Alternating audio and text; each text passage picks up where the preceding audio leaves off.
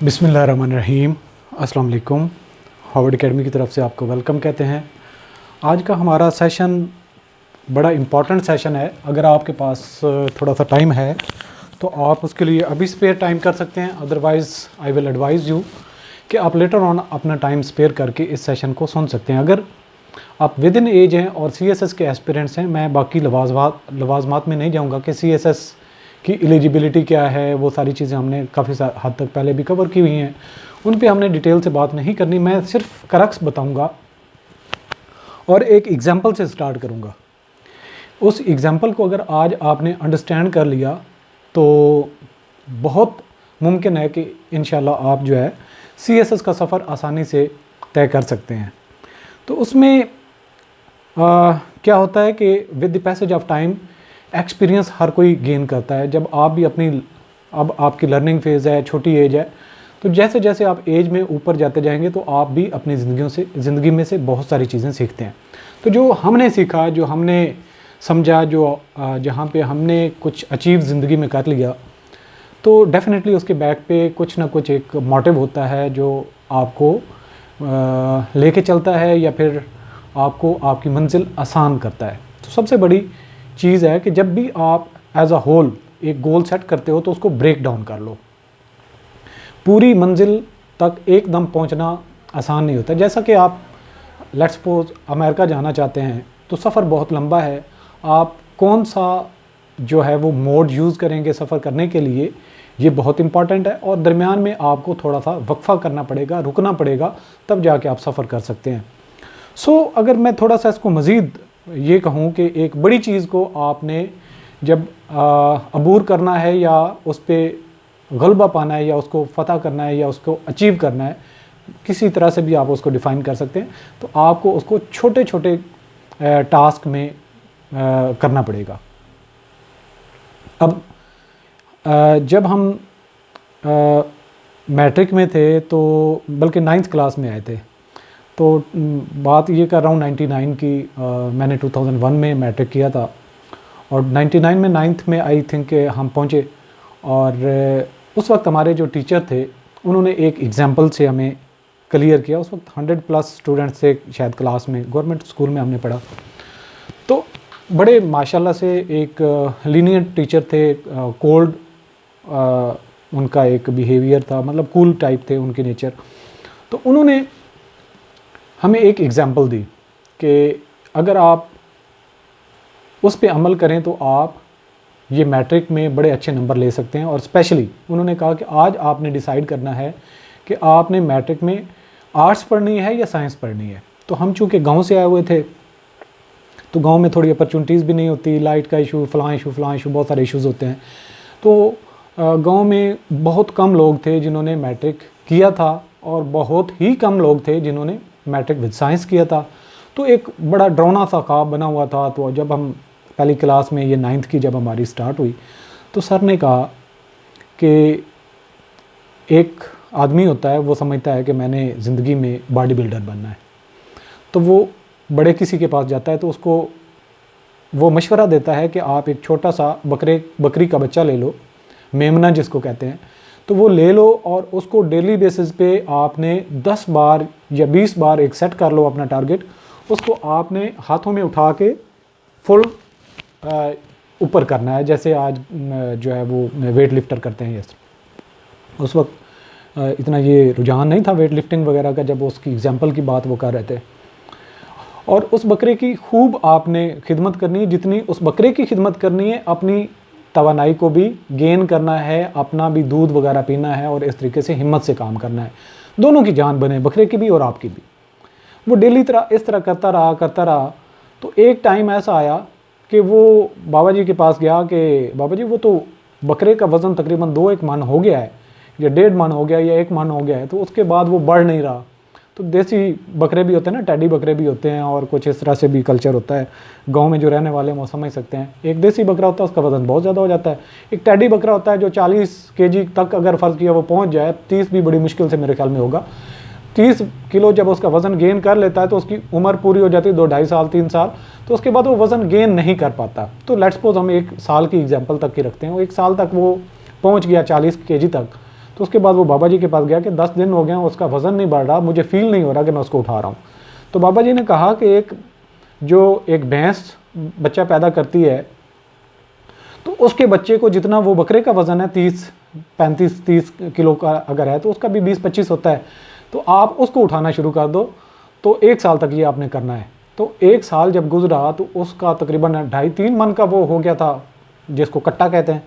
तो वो बाबा जी के पास आया, तो कि वो कहता है कि मैंने तो अब जो है 2-2.5 साल हो गए हैं, तो अब जो है मैंने इतना हिम्मत कर ली, अब मेरे से नहीं उठाया जाता। उसने कहा कि अब इधर उधर किसी को देखो कि वो इतना कर सकता है जितना आपने कर लिया है, मतलब 2 साल कर लें, लेट्स सपोज 1 साल बकरे का 1 साल कट्टे का, तो कट्टा जल्दी वज़न गेन करता है, वो जवान जल्दी होता है, उसका मतलब जसामत ज़्यादा होती है।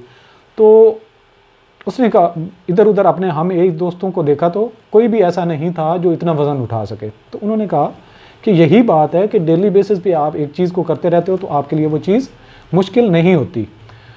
अब अगेन अगर हम CSS की तरफ आएँ, CSS का सिलेबस एक वाइड सिलेबस है, तो एकदम जो 2 महीने में 3 महीने की में उसको टोटल अबूर करने की कोशिश करते हैं तो वो बड़ा मुश्किल हो जाता है। और CSS का हरगिज़ मकसद नहीं है कि आपकी जो बुक्स हैं उनको आप रट्टा लगा के सारी चीज़ें याद कर लें तो आप CSS कर जाएंगे। CSS इनफैक्ट ब्रेन को एक्सपेंशन दे के, विजन को क्लियर करके, ब्रेन स्टॉर्मिंग के लिए आपको आउटलाइन दी गई होती हैं, वो आपको सपोर्ट करती हैं इस हद तक पहुंचने के लिए कि दुनिया के मसाइल, अपने मसाइल और अपने मुल्क के मसाइल को समझ सके। तो वो बेसिकली जो पुरानी हिस्ट्री है उससे चीज़ों को लिंक करके अपने फ्यूचर को फोरसी करना होता है, फोरकास्ट करना होता है।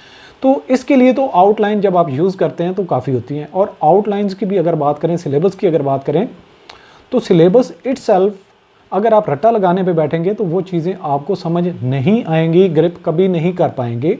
हाँ, अगर आप लाइट माइंड के साथ रिलैक्स होके चीज़ों को अंडरस्टैंड करते हैं कि इसका मकसद क्या था, बात क्या हुई थी, उसको सिर्फ और सिर्फ अपने नॉलेज की हद तक अब्जॉर्ब करते हैं तो काफ़ी है। वो ही उसका मकसद है और इसी तरह से ही आप कर सकते हैं। अब अगेन हम आते हैं कि CSS का जो लोग 3-4 महीनों में करने की कोशिश करते हैं, इनफैक्ट जो 3-4 महीने में करते हैं या 2 महीने कहते हैं मैंने पढ़ के मैंने सारा कुछ कर लिया, मैं कहता हूँ अगर वो CSS की किताबें ना भी पढ़े ना तो जाके एग्ज़ाम में बैठ जाए और उसका पहले से विजन इतना क्लियर है, उसके माइंड सोच क्लियर इतनी है, उसने अपने आप को रब किया हुआ है और इतनी एक उसकी अंडरस्टैंडिंग दुनिया के मामलात में है। जैसा कि आजकल मीडिया का दौर है, नेट का दौर है, हर चीज़ आसानी से दस्तयाब हो जाती है, गाइडलाइन सारा कुछ मिल जाता है, जो ढूंढने वाले हैं उनको सारी चीज़ें अवेलेबल हो जाती हैं। तो मेरे ख्याल में वो क्वालिफाई कर सकता है। कोई ऐसे भी लोग हमें मिले हैं जो कहते हैं CSS के सिलेबस में तो कुछ भी नहीं था, बाकी मैंने अपने नॉलेज और अंडरस्टैंडिंग की बेसिस पे लिखा और मैंने क्वालिफाई कर लिया। और बिल्कुल उनको इंग्लिश की बात करें तो वो भी बस ठीक होते हैं, जब क्वालिफाई कोई कर जाता है, CSP बन जाता है तो वो हमारे लिए परफेक्ट होता है। मेरे ख्याल में वो इतनी भी CSPs जितने भी हैं वो परफेक्शन नहीं है। अगर इतने ही वो काबिल हों तो गवर्नमेंट के देखें या मल्टीनेशनल कंपनीज़ देखें, बिलियन डॉलर्स में वो कमाती हैं। और गवर्नमेंट के हमारे इदारे क्या कर रहे होते हैं वो आप देखते हैं, पूरे पाकिस्तान की जो थोड़ी सी आबादी है और एक विसिनिटी मतलब एक डिस्ट्रिक्ट में कोई अगर DPO है, DCO है, तो उसने एक डिस्ट्रिक्ट के लोगों को या एक डिवीज़न के लोगों के उसकी हद होती है, तो वो कितना परफॉर्म कर रहा होता है। मल्टीनेशनल कंपनीज़ में वो अपनी एक प्रोडक्ट को पूरी दुनिया के अंदर वो पहुंचा रहे होते हैं लोग। लेकिन हमारा यहाँ पे ब्यूरोक्रेट का क्या एक हाल होता है वो आपको पता है। अगर इस तरीके से ब्यूरोक्रेट बहुत काबिल हूँ, बहुत परफॉर्मिंग लोग हूँ, तो मुल्क हमारा भी कहीं पे पहुँचाओ, ये बात बिल्कुल नहीं है। उसको परफेक्शन ना लें, एक कैरियर के तौर पे ठीक है, आपकी एक अच्छी जॉब मिल जाती है जिसमें कैरियर ग्रोथ होती है, अच्छी पर्क्स एंड प्रिविलेजेस आपको मिल जाते हैं, गाड़ी प्रोटोकॉल। हमारा क्या है, हम इस कल्चर में फंसे खड़े हैं कि हम प्रोटोकॉल कितना हमें मिलता है, हम लोगों के लिए कितना काम करते हैं, ये नहीं करते हैं, वो दूर की बात है। चलें छोड़ें इस पूरे मामले को, ये लंबी बात हो जाएगी, इनडायरेक्ट हो जाएगी। हम फोकस करते हैं अपनी उन्हीं बातों पर कि CSS को हम एक कैजुअल के तौर पर लेते हैं। CSS को कैजुअल के तौर पर नहीं लेना, सिलेबस को अंडरस्टैंडिंग करें, अपने विजन को ग्रो करें। और इसके लिए ज़रूरी है कि आप आउटलाइन में जो गिवन है उन चीज़ों पे टॉपिक वाइज अंडरस्टैंडिंग करें। तो हमारा जितना भी अब का आउटलाइन है या जितनी हमारा सिलेबस है या जो हमने टाइम लाइन स्पेसिफाई की है वो इसलिए किए हैं कि आप एक डिग्री लेते हो, वो MCOM हो, वो MSc हो, वो MIT हो, कोई भी हो, 2 साल आप उस पर स्पेंड करते हैं और एक डिग्री लेते हैं। जबकि आपने अपने पूरे कैरियर जिस पे बिल्ड करना है, उस जॉब के लिए आपको अगर 1 साल लगाना पड़े तो वो कोई मुश्किल तो नहीं है, वो मुश्किल नहीं है। इसीलिए लोग CSS को फेल करते हैं कि क्योंकि ऐसा इंस्टीट्यूशन नहीं है जहाँ पे रेगुलर एडमिशन मिले और उनको वो सारा सिलेबस कवर कर सकें। हालांकि हमारे पास ब्रेन बहुत अच्छे हैं, लोग इससे डबल सिलेबस भी हो तो कवर कर सकते हैं, लेकिन मसला क्या है कि कोई बाउंड नहीं करता, कोई टाइम लाइन नहीं देता कि ये काम इतना तुमने करना है, इतने दिनों में करना है और फर्दर तुमने इस तरह से चलना है। तो इस वजह से CSS के सिलेबस पे भी लोग ग्रिप नहीं कर पाते और अल्टीमेटली जब एग्जाम में जाते हैं, जब CSS की गिवन आउटलाइन को आप अच्छे तरीके से नहीं ग्रिप करते तो ऑटोमेटिकली एग्जाम में बैठने से पहले आपके ऊपर एक बड़ा प्रेशर होता है। तो देखें, लोग जो एग्जाम में बहुत ज़्यादा 15-20 हज़ार लोग अपीयर होते हैं, तो सारे के सारे जब लिख रहे होते हैं तो कोई पता नहीं होता किसने क्या, लेकिन हर एक के बैक एंड पे स्टोरी होती है कि किसने पिछला टाइम कितना स्पेंड किया, अब उसमें से चीज़ें एक्सट्रैक्ट करके वो लिख रहा है।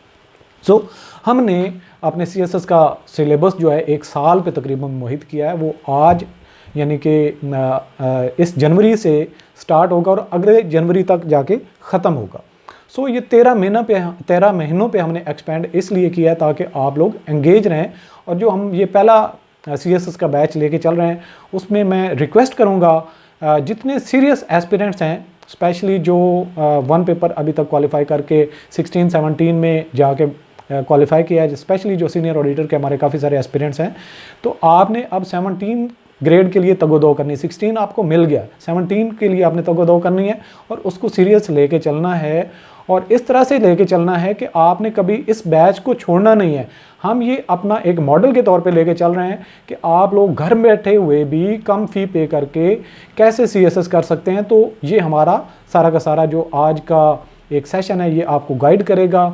हो सकता है यहाँ पे आपको थोड़ा सा विजिबिलिटी में प्रॉब्लम भी हो, लेकिन मैं आपको चीज़ें स्पेसिफाई करूँगा कि हमने किस तरीके से चीज़ें लेके चली। अब मैं रीड नहीं करूँगा, अब इस्लामिक स्टडी है तो वो हमने 13 महीनों का स्केड्यूल कैसे बनाया। जनवरी में हमने इंट्रोडक्शन टू इस्लाम, फरवरी में हमने कवर करना है उसका सेकंड पार्ट, स्टडी ऑफ सीरा of the prophet Muhammad peace be upon him as role model, तो वो आगे उसके सब पार्ट्स आ जाते हैं।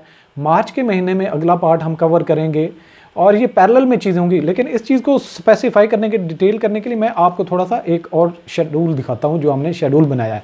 ये देखिए, अगर आप जनवरी में हैं तो आपको क्या कुछ कवर करना है। इस्लामिक स्टडी का पहला पार्ट जिस पे मैं बात कर रहा था, उसके बाद जनरल साइंस एंड एबिलिटी जो फिजिकल साइंसेस का पार्ट होगा। इंग्लिश की बात करें तो इंग्लिश ग्रामर की बात करें तो उसमें प्रेसी राइटिंग होगा और इंग्लिश ऐसे की बात करेंगे तो इसमें हमने बेसिकली एक रिसर्च आर्टिकल कैसे लिखा जाता है, कैसे आपने ऐसे लिखना है, वो सारी की सारी आपको फ़न आना चाहिए, आपका माइंड क्या है उसके ऊपर हमने बात करनी। इसमें हमने कोई ऐसे कवर नहीं करना, ये सारा कुछ होगा how to write an essay, research based approach, format of essay, its essential parts, complete guideline about essay writing techniques, ये सारी हमने बात करनी है। इसके बाद पाकिस्तान अफेयर की बात करते हैं तो इसमें आइडियोलॉजी ऑफ पाकिस्तान के ऊपर फोकस हमारा रहेगा और करंट अफेयर की बात करते हैं तो पाकिस्तान के जो डोमेस्टिक इश्यूज़ हैं जो 20 मार्क्स का पार्ट होगा उस पे पॉलिटिक्स, इकोनॉमिक्स और सोशल इश्यूज़ पे हमने बात करनी है। इसी तरह से ये पूरा आपके पास शेड्यूल आ जाता है जनवरी के महीने का। इसी तरह से फरवरी के महीने का आपके पास शेड्यूल आ जाता है जो कि पहला जो हमारा सब्जेक्ट था इस्लामिक स्टडी, जिसमें स्टडी ऑफ सीरा वही आपको नज़र आ रहा है फरवरी के महीने में। और जो एवरीडे साइंस जिसको जनरल साइंस भी कहते हैं, बायोलॉजी साइंस, वो इसमें आ जाएगा। रीडिंग कंप्रीहेंशन, ये प्रेसी राइटिंग का पार्ट आ जाएगा। और फर्दर हमने एसेज को स्टार्ट कर देना है। ह्यूमैनिटी के पार्ट से बहुत सारे एसेज आए हैं। Global issues and international relation से अगर पास्ट पेपर्स को हम फोकस करते हैं तो उसमें से बहुत सारे जो है वो ऐसे डायरेक्टली या इनडायरेक्टली आए हुए हैं। तो जब हम global issues and international relations के ऊपर फोकस ओवरऑल बात करेंगे तो अंडरस्टैंडिंग होगी। तो ऐसे किसी तरह से भी पूछा जाए तो आप उसको आसानी से कवर कर सकते हैं। इस तरह से तीसरा पार्ट जो पाकिस्तान अफेयर का land and people of Pakistan और करंट अफेयर में आ जाएगा पाकिस्तान एक्सटर्नल अफेयर, ये आपका फरवरी का शेड्यूल आ जाएगा। इसके बाद आपके मार्च के महीने का शेड्यूल आ जाएगा। अब यहाँ पे देखिए, मैंने पूरे के पूरे ये साल का जो हमने इसी तरीके से लेके चले हैं। जब सिलेबस आपका ख़त्म हो जाएगा तो आपके वीक में एक पूरे महीने में 6 टेस्ट हुआ करेंगे और हर टेस्ट का मतलब उसमें हमने आगे डिस्ट्रीब्यूशन की हुई है। मैं सिर्फ आपको इस्लामिक स्टडी का एक दिखा रहा था। मार्च के महीने तक हम पहुँचे थे कि मार्च के महीने में हमने क्या कवर करना है, वो करना है human rights and status of women in Islam. इस पे पूरे महीने में अगर एक सब्जेक्ट इस्लामिक स्टडी का हम फोकस कर रहे हैं तो उसमें मुश्किल नहीं है। इसी तरह से अप्रैल के महीने में हमने देखना है इस्लामिक सिविलाइजेशन एंड कल्चर। जब बार बार एक टॉपिक को रिसर्च करेंगे, पढ़ेंगे, तो आपके लिए बहुत इसमें आसानी हो जाएगी और इसमें आपको पता भी नहीं चलेगा और हर चीज़ पे आपकी ग्रिप होती जाएगी। लेकिन बात क्या है, कंटिन्यूटी होनी चाहिए। और दो चीज़ें मैं आपको एंड पे भी बताऊंगा कि हमने हर महीने में 2 टेस्ट कंडक्ट करने हैं। वो एक महीने के मिड में होगा और एक महीने के एंड में होगा, ये नॉर्मल है। जब हमारा सिलेबस कवर हो जाएगा, वो सितंबर अक्टूबर से हमारे वाइंड अप होना शुरू हो जाएगा। उसके बाद हमने कैसे सिलेबस को लेकर चलना है, टेस्ट कैसे होंगे। मई के महीने में इस्लाम एंड द वर्ल्ड, जून के महीने में पब्लिक एडमिनिस्ट्रेशन गवर्नेंस इन इस्लाम, उस पर बात करेंगे। जुलाई के महीने में हम इस्लामिक कोड ऑफ लाइफ पे बात करेंगे। अगस्त के महीने में यानी कि जुलाई में हमारा सिलेबस इस्लामिक स्टडी का ख़त्म हो जाएगा और टेस्ट फ्रॉम सिलेबस जो जनवरी फरवरी के सिलेबस को हमने पढ़ा होगा, उन दोनों पार्ट को मिला के आपका एक टेस्ट होगा। सितंबर के महीने में test from the syllabus of March और अप्रैल में जो हमने पढ़ा होगा उसमें से टेस्ट होगा। और अक्टूबर के महीने में जो मई जून के महीने में हमने पढ़ा होगा सिलेबस, उसमें से टेस्ट होगा। और नवंबर का जो महीना होगा, टेस्ट फ्रॉम जनवरी टू अप्रैल, यानी कि जनवरी फरवरी मार्च और अप्रैल, यहाँ पे 4 महीनों का सिलेबस इकट्ठा हो जाएगा, यहाँ पे टेस्ट होगा आपका। और यहाँ पे दिसंबर में जो आपका है वो मई से लेके, चूँकि जुलाई में हमारा सिलेबस ख़त्म होता, मई जून जुलाई 3 महीनों का ये आपका जो सिलेबस होगा यहाँ पे। तो बार बार आपको रेपिटेशन मिलेगी सिलेबस को, जहाँ पे कोई वीक एरिया रह गया होगा वो आपको दोबारा कवर करने के लिए टाइम मिल जाएगा। और जो जनवरी का हमारा महीना होगा, यानी कि फरवरी में आपके एग्जाम होते हैं, तो जनवरी का जो हमारा महीना होगा वो फुल सिलेबस में से आपका जो है वो टेस्ट होगा। सॉरी, हाँ बिल्कुल, सिलेबस जो पास्ट पेपर हैं सारे, टेस्ट फ्रॉम फुल सिलेबस, और जो पास्ट पेपर हैं उनमें से आपका टेस्ट होगा। इसके बाद पाकिस्तान अफेयर्स आ जाता है। इसी तरह से पाकिस्तान अफेयर को हमने पूरे आगे जाके शेड्यूल, करंट अफेयर्स, इसी तरह से सारे चीज़ों का हमने शेड्यूल बनाया हुआ है। और जो हमारे स्टूडेंट्स होंगे, मैं ये कोर्स में इस चीज़ को भी ऐड कर दूंगा ताकि आपने वक्तन फ़वक्तन चीज़ों को देखना होगा तो वो आप देख सकते हैं। अच्छा, आगे चलते हैं। तो यहाँ पे एक्टिविटी क्या है, monthly target for every subject and research based assignment for every student. तो जो स्टूडेंट सीरियस हैं वही इस कोर्स में ज्वाइन करें, मेंबरशिप लें, क्योंकि आप दरमियान में छोड़ के नहीं जाएंगे। अगर ये चीज़ आपको कंफर्म है तब आप इस कोर्स को ज्वाइन करें। CSS के क्यों, अगर आप डायरेक्टली इनडायरेक्टली कुछ भी एफर्ट करते रहे तो इंशाल्लाह जब एग्ज़ाम तक आप पहुंचेंगे तो आसानी से चीज़ों को आप ग्रिप कर लेंगे। अच्छा, इसके बाद है creative and academic writing based topics to present. आपको प्रेजेंटेशन भी देनी पड़ेगी एक एक टॉपिक पे, ताकि आपके अंदर एक चीज़ जब आपने बोलनी है तो कैसे प्रेजेंट करते हैं ये चीज़ भी होगी, और उसको हम शो करेंगे कि कौन सा जो है अच्छा हमारा प्रेजेंटर है। इसके अलावा जो टेस्ट की मैं बात कर रहा था, तो monthly test from the target set for each month, जो महीने में हमने टारगेट सेट किया होगा 2 उसमें से टेस्ट कंडक्ट करेंगे। पहला टेस्ट एट मिड होगा, यानी कि एक महीना जनवरी से स्टार्ट हो रहा है, 15 जनवरी को ले लेंगे, और दूसरा जो टेस्ट है 31 जनवरी को ले लेते हैं, तो सेकंड टेस्ट होगा। टेस्ट की तरतीब क्या होगी, जो first test mid of the month होगा एवरी मंथ, उसमें क्या होंगे, हमारे 3 सब्जेक्ट होंगे, इंग्लिश ग्रामर, इस्लामिक स्टडी और एवरीडे साइंस। ठीक है जी, ये एक टेस्ट होगा इन तीनों को मिला के। और सेकंड जो हमारा टेस्ट होगा वो होगा एट मंथ एंड, यानी कि करंट अफेयर, इंग्लिश, ऐसे और पाकिस्तान अफेयर्स का ये दूसरा टेस्ट हुआ करेगा। इस तरीके से हमने 2 टेस्ट हर महीने, ताकि आपकी राइटिंग की प्रैक्टिस शुरू से अडॉप्ट होती जाए, और जब आपका सिलेबस एक दफ़ा ख़त्म हो जाए तो फिर आपने टोटली जो है वो राइटिंग की तरफ, टेस्टों की तरफ चले जाना है। तो वेरी अर्ली, तब तक आपका MPT वगैरह भी, वो सारी चीज़ें आपकी कवर हो जाती हैं। तो इस तरीके से आपने चलना है। और मंथली फ़ीस जो हमने बहुत मिनिमम फिक्स की है CSS के लिए, जो दूरदराज इलाकों में, गांव में रहने वाले लोग हैं, या ऐसी जगह पे जहाँ पे कोई अपॉर्चुनिटी नहीं है, वो घर बैठे आराम से इस एक्टिविटी का हिस्सा बन सकते हैं। बाकी पेपर हमने कैसे कंडक्ट करने हैं वो भी लेटर ऑन डिस्कस करेंगे। कोशिश हम करेंगे कि हार्ड कॉपी में ही आप लोग अपने पेपर जो है, पहला और दूसरा, उन दोनों को किसी तरह से भेजा करें, ताकि आप लोगों के टेस्ट रियली मार्क होके फिर वापस भी हम भेजें। वो मैकेनिज़्म देखेंगे, या सॉफ्ट कॉपी में आप भेजेंगे, उसको मार्क करके फिर आपसे व्हाट्सएप पे ही शेयर करना है, वो भी मैकेनिज़्म हम सेट कर लेंगे, लेकिन आप लोगों का टेस्ट इस तरह से होगा। फर्स्ट ग्रुप जो है 1 जनवरी 2023 से हम ऑनवर्ड स्टार्ट कर रहे हैं। लेटर ऑन कोई फरवरी में ज्वाइन करना चाहता है, मार्च में ज्वाइन करना चाहता है, तो वो सिलेबस खुद कवर करेगा, लेक्चर्स की बेस पे लेक्चर्स अवेलेबल होंगे कोर्स में, वो कवर कर सकता है। लेकिन मैंने जैसे आपको छोटे बकरे की मिसाल दी थी, पहले दिन से जब चीज़ उठाना शुरू करते हो तो पता होता है कि एक दिन में मैंने ये काम करना है, तो पता भी नहीं चलता और आपको वो काम भी हो जाता है। लेकिन जब आप चीज़ों को कंपाइल करेंगे, तो आप फरवरी में मार्च में ज्वाइन करते हैं तो जनवरी का सिलेबस रह जाएगा, जनवरी और फरवरी को कवर करते हैं तो अप्रैल का रह जाएगा। सो आप इस तरीके से फिर कंफ्यूज हो जाएंगे, और एक दफ़ा कंफ्यूज हो गए फिर चीज़ों को ग्रिप करना बहुत मुश्किल हो जाता है।